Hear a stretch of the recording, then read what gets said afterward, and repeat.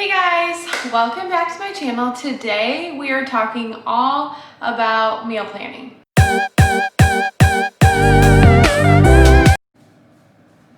Hair check, face check. Do you eat food? Then meal planning is for you. Trust me.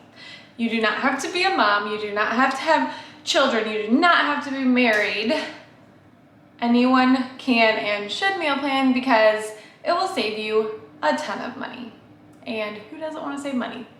I do. I want to save. Okay, so now that we've decided everyone should meal plan, I am going to share a few tips with you. Number one, get in a routine. Meal planning works as well as you make it work.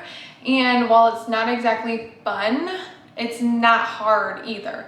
Just decide when you're gonna do it. So I like to do my meal planning every Thursday night, and I just know Thursday night, whether I'm sitting in front of the TV or in the car or whatever, I've gotten pretty good at it. I'm just gonna go through and plan our meals for the week. Super simple, but it really does help if you know when you're gonna do it and you have a routine to it. Two, plan theme nights. Theme nights make meal planning so much easier because in the huge world of Pinterest or all recipes or cookbooks or your mind, whatever, it helps you narrow down and be able to pick things for your family easier. So for example, we have a few theme nights. So like Monday would be pasta night. Tuesday is like, depending on the weather, is like crock pot or grilling dinners. That's not Tuesday. Tuesday is Taco Tuesday. That is Wednesday, sorry. And then Thursdays is always leftovers. Friday is always some sort of pizza. And Saturday and Sundays, those are kind of like the up in the air. And normally I don't plan both Saturdays and Sundays because our weekends are just, I don't know what we're gonna be doing. So I typically leave one of those off, and if we are at home and we need food, we have food we can find to eat. But the theme nights just really help because then you know like, oh, I need to find a recipe somewhere in this genre instead of like, oh my gosh, there's so many recipes, what do I pick from? So for example, like taco night, it doesn't have to be tacos. It could be like taco casserole, it could be fajitas, it could be enchiladas, like just more Mexican, I don't know, type food. So that's what we do. Tip number three, write it down. Okay, I find that if I use cute things, it helps me. I don't know why. I'd rather use like a cute little notebook than a blank sheet of paper for some reason. So I just use something like this, and I write all of my meals down here and then our grocery list right beside it. So find what works for you.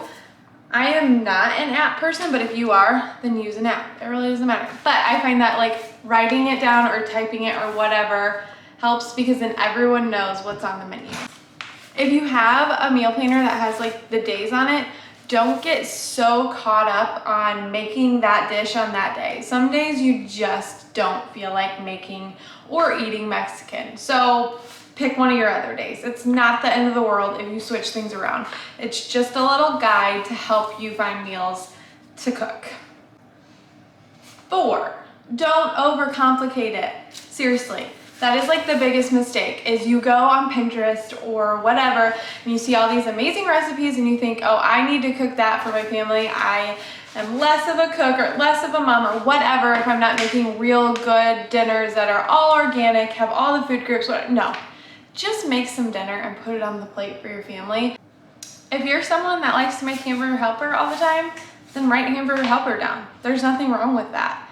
You do you. It doesn't matter. And I feel like that's like one of the biggest mistakes people make is they overcomplicate their meal planning thinking they have to plan and make these elaborate dinners when you don't. All you have to do is feed your family or yourself. 5. I think we're on 5. 5. Grocery shop once a week and make sure everything's on your list and stick to your list. If you're having trouble sticking to your list, do online ordering for a while and then you'll realize like you don't need all that extra stuff you throw in your cart. When it comes to a grocery list, I like to keep this because it'll have my meals on it. I like to keep this on the fridge so that when we're out of something or I see we're out of something, I can write it down quick. That way I don't forget about it when it comes time to make the list and then I end up with no ketchup for chicken nuggets. You know what I mean? Just keep a running tally of things you run out of. Okay, 6. Tip number 6. Keep meals on hand that are easy to make, because there is nothing worse than getting home from a busy day and having to cook a full dinner. I hate that so much, and I will go get carry out every time over doing that. So if I have a really easy meal I can just throw in the oven or whatever, it saves me so much money. Like seriously, because that is my go-to takeout time, and the goal is saving money by meal planning, so make sure you have those tucked away, saved for when you need them. Some other things, you can make the same dinners week after week. If you don't care and your family doesn't care, who cares? Meal plan the exact same thing, not a big deal. Again, you do you. The whole point is to have a guide and to have a list so that you don't overspend at the grocery store and you don't get takeout every day for every meal, because that's where your money goes. So